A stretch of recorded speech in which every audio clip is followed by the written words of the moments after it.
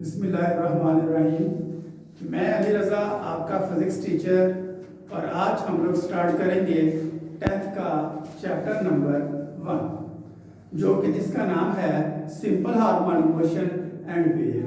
तो बच्चों, आज हम लोग शुरू करेंगे टॉपिक नंबर 1, जिसका नाम है सिंपल हार्मोनिक मोशन।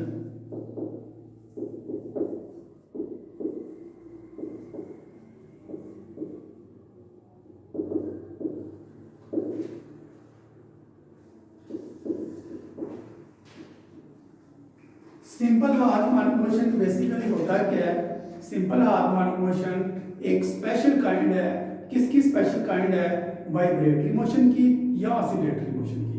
तो बच्चों, हम लोगों ने 9th क्लास के अंदर पढ़ा था कि अगर कोई बॉडी अपनी मेन पोजीशन के आगे पीछे टू एंड फ्रो मोशन करे या बैक एंड फोर्थ मोशन करे तो उसको हम लोग क्या कहते हैं?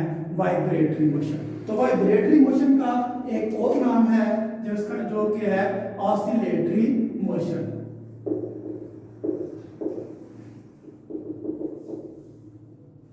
ऑसिलेटरी मोशन और वाइब्रेटरी मोशन ये एक ही चीज है, जो कि सिंपल हार्मोनिक मोशन इसकी एक स्पेशल काइंड है। किसकी स्पेशल काइंड है? ऑसिलेटरी मोशन की। तो बच्चे, हमारा जो टॉपिक है वो बेसिकली सिंपल हार्मोनिक मोशन है, और इस टॉपिक के अंदर, आज के टॉपिक के अंदर हम लोगों ने क्या पढ़ना है? सिंपल हार्मोनिक मोशन की पहली एग्जांपल पढ़नी है।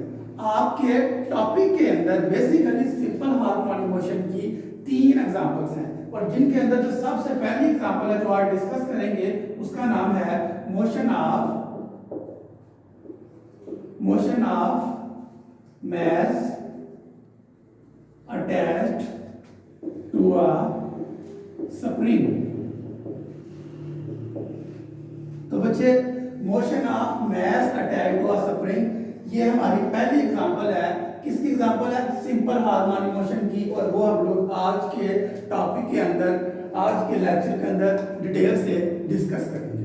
तो बच्चे, सबसे पहली बात ये है कि हमने इसके अंदर शो किस बात को करना है? हमने इसके अंदर बेसिकली सिंपल हार्मोनिक मोशन को शो करना है। किसके अंदर? Motion of mass attach to a spring. तो देखें जी, सबसे पहली बात ये है कि हम लोग क्या कर लेते हैं? हम कह लेते हैं जी हमारे पास कोई एक टेबल है, उस टेबल के साथ हम लोग एक स्प्रिंग को अटैच कर देते हैं और साथ एक मैस को बांध देते हैं स्प्रिंग के साथ। इस वक्त जो स्प्रिंग है वो अपनी पोजीशन ओ के ऊपर मौजूद है। पोजीशन ओ से मुराद मीन पोजीशन है, यानी कि इसमें किसी किस्म की कोई भी मूवमेंट नहीं है, पोजीशन ओ पर मौजूद है। तो जिस वक्त मैस पोजीशन ओ पर मौजूद है उस वक्त इसमें किसी भी तरह की कोई भी फोर्स मौजूद नहीं है। लेकिन हमारा काम यहाँ पर क्या है? हमारा काम यहाँ पर ये है कि ये मैस जो है, ये एक सिस्टम जो है, इसके अंदर हमें वाइब्रेटरी और ऑसिलेटरी मोशन होती हुई नजर आ रही है। तो हम लोग क्या करते हैं? हम लोग ऐसा करते हैं कि ये हमारे पास जो एक मैस अटैच था किसी स्प्रिंग के साथ, हम लोग उसे पोजीशन ओ से उठाते हैं। पोजीशन ओ से उठा के एक इसको डिस्प्लेस करके पोजीशन ए के ऊपर लेकर चले जाते हैं। तो अकॉर्डिंग टू हुकला ने हमें बताया था कि अगर हम लोग किसी बॉडी के ऊपर फोर्स अप्लाई करते हैं और उसको डिस्प्लेस करवाएं तो उसके अंदर रिस्टोरिंग फोर्स पैदा होगी। तो बच्चे, यहाँ पर एक्चुअली हुआ क्या है? हमने क्या किया? हमने इस मैस को पोजीशन ओ से पोजीशन ए पर लेकर गए हैं। तो जब हम लोग इसको पोजीशन ओ से पोजीशन ए पर लेकर जाएंगे तो इसके अंदर क्या पैदा होगा? इसके अंदर रिस्टोरिंग फोर्स पैदा होगी। क्या पैदा होगा? Restoring force. अब मुझे क्या करना है? जब हम लोग इसको डिस्प्लेस करवाया है पोजीशन ओ से पोजीशन ए पर, तो इसके अंदर बच्चे क्या पैदा होगा? According to Hooke law, restoring force. ये चीज हमें क्या बताती है? ये बता रही है, यहाँ एक्स शो करता है डिस्प्लेसमेंट को। डिस्प्लेसमेंट का क्या है? जब हम ओ से ए पर लेकर गए हैं, और फोर्स किसको शो करती है? रिस्टोरिंग फोर्स को। इसका फोर्स का डिस्प्लेसमेंट के साथ डायरेक्ट रिलेशन है, मतलब जितना ज्यादा बॉडी डिस्प्लेस करेगी उतनी ज्यादा रिस्टोरिंग फोर्स किसके अंदर पैदा होगी? सिस्टम के अंदर, मैस के अंदर। जितना ज्यादा बॉडी डिस्प्लेसमेंट कवर करेगी उतनी ज्यादा क्या पैदा होगी? Restoring force. और नेगेटिव साइन इस जब हम लोग इस बॉडी को ओ से ए पर लेकर गए हैं मीन से एक्सट्रीम पोजीशन पर, ए क्या है एक्सट्रीम पोजीशन, ओ क्या है मीन पोजीशन। तो जब हम मीन पोजीशन से एक्सट्रीम पोजीशन पर लेकर गए हैं तो इसके अंदर जो रिस्टोरिंग फोर्स पैदा हुई है उसकी डायरेक्शन हमेशा टुवर्ड्स मीन पोजीशन होगी। मीन पोजीशन से मुराद असल पोजीशन, वो पोजीशन जहां से ऑब्जेक्ट को उठा के हम आगे लेकर आए। तो माइनस शो करता है पैदा होने वाली रिस्टोरिंग फोर्स की डायरेक्शन हमेशा टुवर्ड्स किसकी तरफ होगी, मीन पोजीशन की तरफ। तो बच्चे नेक्स्ट वन फर्दर क्या होगा, फर्दर मामला कुछ इस तरह होगा कि अब मैं क्या करता हूं, मैंने जो ओ से ए तक बॉडी को लेकर आया था मैं इसको यहां से रिलीज कर देता हूं। मैं इसको यहां से जब रिलीज करूंगा तो ये बड़ी तेजी से अपनी असल पोजीशन ओ की तरफ आएगा।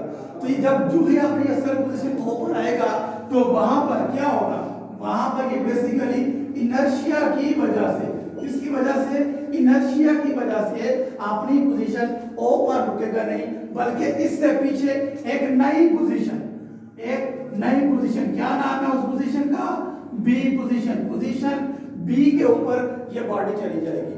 कौन, मैस बेसिकली।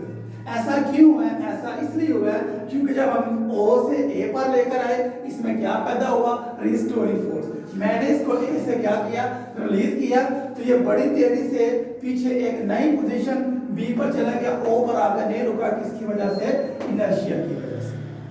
अच्छा, जो ही अब ओ से पीछे एक नई पोजीशन बी पर जाएगा तो वहां पहुंचकर इसके अंदर दोबारा से एक फोर्स पैदा होनी शुरू हो जाएगी। वो फोर्स कौन सी होगी, अगेन रिस्टोरिंग फोर्स। उस रिस्टोरिंग फोर्स की डायरेक्शन हमेशा किसकी तरफ होगी, टुवर्ड्स द मीन पोजीशन।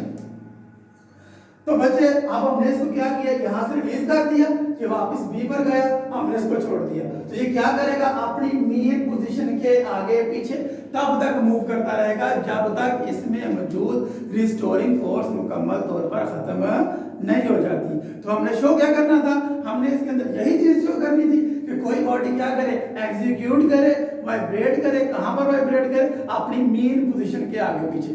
जैसे कि पार्क वगैरह के अंदर आप लोगों ने कश्ती वाला झूला भी देखा होगा कि जिसके अंदर क्या होता है, उसके अंदर क्या होता है कि पहले झूला अपनी मीन पोजीशन से एक्सट्रीम पोजीशन पर जाता है, वहां से जब वापस आता है तो बड़ी तेजी से आता है। तो जो ही वो अपनी पोजीशन ओ पर पहुंचता है, मीन पर पहुंचता है, वहां पर पहुंच के उसकी स्पीड बहुत ज्यादा हो जाती है। वहां पर इनर्शिया की वजह से वो बॉडी, वो कश्ती रुकती नहीं बल्कि उससे पीछे एक नई पोजीशन बी पर चला जाता है और फिर क्या करता रहता है, वो आहिस्ता आहिस्ता अपनी मीन पोजीशन के आगे पीछे मूव करता हुआ पोजीशन ओ पर, पोजीशन मीन पोजीशन पर आकर रुक जाता है। तो ये इन तीन डायग्राम्स के अंदर हम लोगों ने बेसिकली अपनी ऑसिलेटरी मोशन, जो कि simple harmonic motion, oscillatory motion की एक एग्जांपल थी, उसके अंदर हम लोगों ने इसको शो कर दिया। अच्छा बच्चे, यहाँ पर मैंने स्टार्ट पर आपको एक चीज बताई थी, मैंने कहा था फोर्स डायरेक्टली प्रोपोर्शनल है किसके, डिस्प्लेसमेंट के, कि बॉडी जितना ज्यादा डिस्प्लेसमेंट कवर करेगी उतनी ज्यादा क्या पैदा होगी, रिस्टोरिंग फोर्स। अब यहाँ पर हम लोग प्रोपोर्शनैलिटी को जब खत्म करेंगे तो यहाँ पर हमारे पास क्या आएगा, यहाँ पर हमारे पास कांस्टेंट आएगा, F इज इक्वल माइनस के एक्स। इसको क्वेश्चन नंबर 1 का नाम दे दें बच्चे। F फोर्स है, K डिस्प्लेसमेंट है, सॉरी X डिस्प्लेसमेंट है और K क्या है, K यहाँ पर स्प्रिंग कांस्टेंट है। तो यहाँ से पहले मैं जरा K का फॉर्मूला निकालूं स्प्रिंग कांस्टेंट का। ये बच्चे यहाँ पर स्प्रिंग कांस्टेंट है। स्प्रिंग कांस्टेंट से क्या मुराद है बच्चे, थोड़ा इसके अंदर कंफ्यूज हो रहे हैं हमारे पास कि स्प्रिंग कांस्टेंट क्या मुराद है।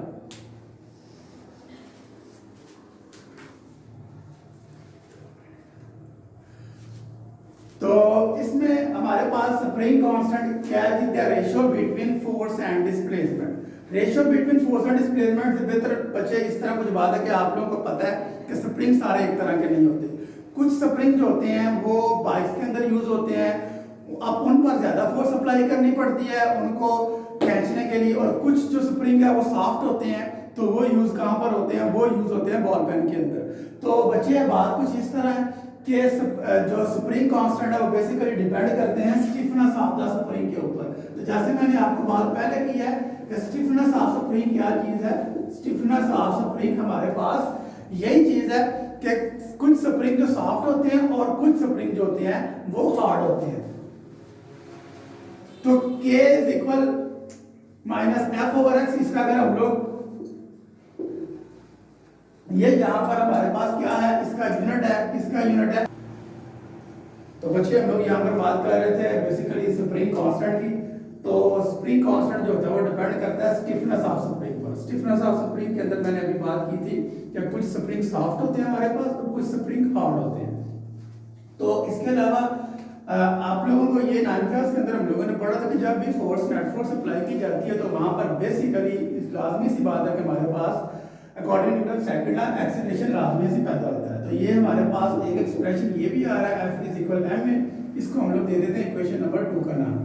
अब इसको कंपेयर करते हैं हम लोग इक्वेशन नंबर 1 से। तो ये हमारे पास एक्सप्रेशन कुछ इस तरह से आ जाएगा ma is equal minus kx। तो m मल्टीप्लाई हो रहा है, इस तरफ जाके बच्चे क्या हो जाएगा, इस तरफ जाके वो डिवाइड हो जाएगा। अच्छा k भी हमारे पास यहाँ पर कांस्टेंट है, मैथ्स भी बच्चे हमारे पास यहाँ पर कांस्टेंट है और कांस्टेंट जो है वो किसमें चेंज हो जाएगा, यहाँ पर कांस्टेंट हमारे पास चेंज हो जाएगा प्रोपोर्शनैलिटी में। अब ये चीज किस बात को शो कर रही है, ये इस बात को शो करती है कि अगर डिस्प्लेसमेंट जितना ज्यादा होगा फोर्स उतनी ज्यादा पैदा होगी। तो सारी सी बात है डिस्प्लेसमेंट जितना ज्यादा होगा यहाँ पर एक्सीलरेशन भी हमारे पास उतना ही ज्यादा पैदा होगा और पैदा होने वाले एक्सीलरेशन की डायरेक्शन भी हमेशा टुवर्ड्स किसकी तरफ होगी, मीन पोजीशन की तरफ। तो बच्चे ये सारी डिटेल करने के बाद आपने क्या करना है, आपने एंड पर जाके इसकी कुछ 5-6 हेडिंग इस तरह बना लेनी है ताकि आपका नंबर कटने का चांस जो है वो बिल्कुल खत्म हो जाए। जिनमें सबसे पहली वो हेडिंग होगी इसके अंदर फोर्स के अंदर आपने बताना है कि फोर्स जो होती है वो हमेशा मैक्सिमम होती है अपनी एक्सट्रीम पोजीशन पर। एक्सट्रीम पोजीशन कौन सी होती है, यहाँ पर ए और बी, और मिनिमम कहाँ पर होती है, at mean position. Mean position कौन सी है, पोजीशन ओ। इसी तरह सेकंड हेडिंग यहाँ पर हमारे पास होगी, उसका नाम है एक्सीलरेशन। तो एक्सीलरेशन बच्चे डायरेक्ट रिलेशन होता है एक्सीलरेशन का फोर्स के साथ। तो जहां पर फोर्स मैक्सिमम वहां पर एक्सीलरेशन मैक्सिमम, जहां पर फोर्स मिनिमम वहां पर acceleration minimum. And third one heading here is potential energy. तो बच्चे आपको पता ही है कि जो पोटेंशियल एनर्जी है वो बेसिकली पोजीशन की वजह से या हाइट की वजह से प्रोड्यूस होती है। तो जहां पर इसका मतलब है कि ये दोनों पोजीशन पे है, तो इसका मतलब है कि पोटेंशियल एनर्जी भी इन दोनों की तरह एट एक्सट्रीम क्या होगी, मैक्सिमम होगी और एट मीन मिनिमम होगी। And third one here is kinetic energy and fifth one is velocity. तो बच्चे जो पहली तीन है वो सेम है, पहली तीन सेम क्या है कि दोनों अपनी एक्सट्रीम पोजीशन पर मैक्सिमम और मीन पोजीशन पर मिनिमम, जबकि ये दोनों इन तीनों से मुख्तलिफ होंगी।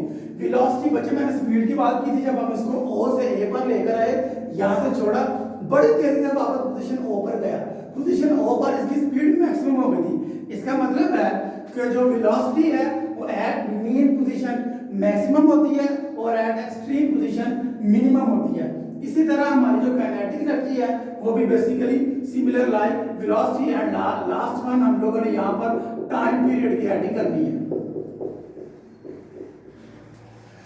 ये बच्चे हमारा आज का टॉपिक था, तो उम्मीद है आपको समझ आ गया। शुक्रिया।